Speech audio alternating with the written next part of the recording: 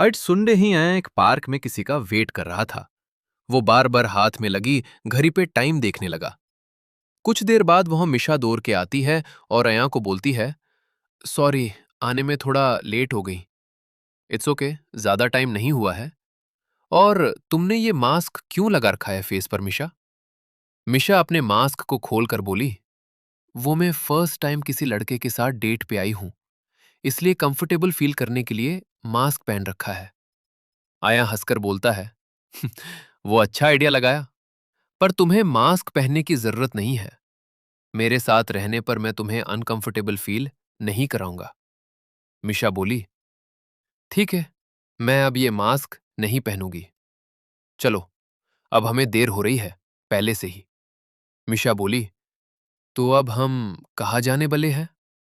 अयान बोला, आज मेडिकल जाएंगे, तुम्हारी मम्मी से मिलने। और तुम्हारा छोटा भाई कहाँ है? मिशा बोली, रोए भी वही है। आज तुम्हें मैं सबसे मिलवा दूंगी। मिशा अब अयान की गर्लफ्रेंड बन गई थी, उनके कॉन्ट्रैक्ट के हिसाब से।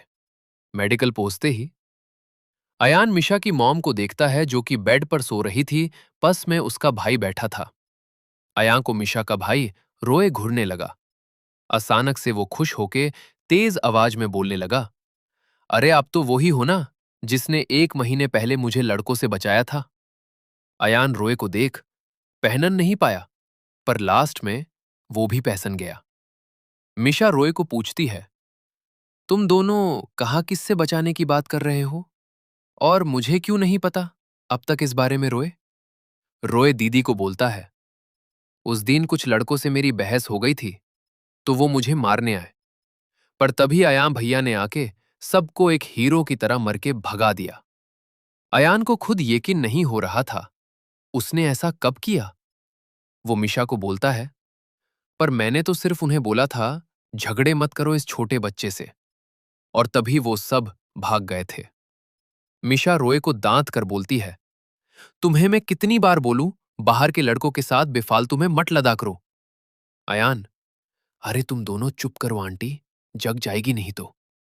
अयान ऐसे बोला ही था, तभी मिशा और रोए की मम्मी भी जग गई और अपने सामने एक अनजन लड़के को देखकर मिशा को पूछती है कि क्या ये तुम्हारा कोई स्कूल फ्रेंड है?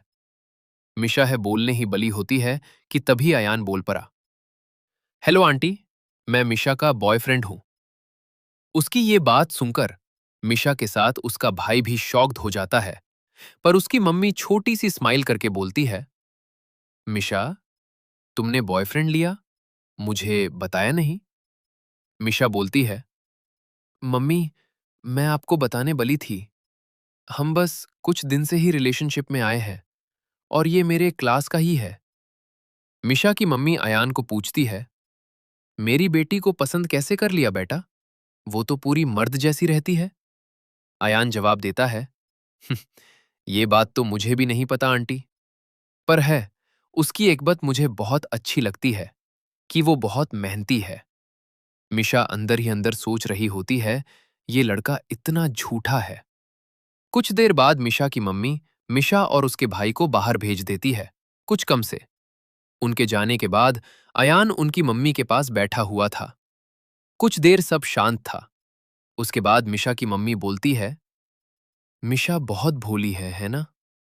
अयान बोला, वो स्कूल पे किसी से ज्यादा बात नहीं करती, बस पढ़ती रहती है और आके पार्ट टाइम जॉब पर जाती है। मैं उसे अब तक अच्छे से जान ही नहीं पाया हूं। मम्मी बोली, मुझे ये सोचकर बहुत दुख होता है, मैं एक माँ होके उन दोनों के लिए कुछ नहीं कर पाई, ऊपर से उनके लिए एक बोझ बन गई। आंटी, अब ऐसा मत सोचिए, अपने ही उनको इतना बड़ा किया है कि अब वो खुद अपना ख्याल रख सकते हैं, इसमें आपकी कोई गलती नहीं है। और वो दोनों खुद डिसीजन लेना सीख गए हैं, इसलिए अब चिंता मत करिए मम्मी। मुझे रोए की चिंता नहीं है, मुझे सबसे ज्यादा मिशा की चिंता होती है, क्योंकि वो देर रात तक बाहर कम करती है और आजकल कैसे लोग घूमते हैं रात को, ये बात तुम्हें पता ही होगा। अयान, मैं समझ सकता हूं आंटी, अब क्या बोलना चाहते हैं। अयान, क्या तुम मेरी एक बात मनोगे, मां मनकर? अयान को उसकी माँ की याद आ गई। जी, बताइए, अब क्या चाहती है मुझसे? मॉम धीरे से अयान के हथ पर हथ रखे बोली, क्या तुम मिशा का ध्यान रखोगे जबको वो बाहर कम करती है? मुझे खुशी होगी जब उसकी देखभाल करने के लिए बाहर कोई होगा। अयान उन्हें प्रॉमिस करता है कि वो उसका ध्यान रखेगा जब तक वो बाहर कम करके घर तक नहीं पहुंच जाती। इस बात पे मिशा की मॉम बहुत खुश हो जाती है और वो लोग ऐसे ही कुछ टाइम बात करते रहते हैं। तभी मिशा और उसका भाई लड़ाई करते हुए आते हैं। अयान पूछता है, क्या हुआ? मिशा बोलती है, इसे मैंने इतना बोला रास्ते पर देखकर चला करे, अभी एक गड़ी से टक्कर होने वाली थी। रोय भी बोलता है, मैं अपने रास्ते था, वो ड्राइवर शराब पीकर गाड़ी चला रहा था। मिशा फिर से दांत कर बोलती है, वो दोनों ऐसे लड़ने लगते हैं और इस तरफ अयान उन दोनों को चुप कराने की कोशिश करता है, पर मिशा उसे ही उल्टा दांतने लगती है। उनकी लड़ाई देख मॉम हंसने लगती है, उनकी लड़ाई देखकर।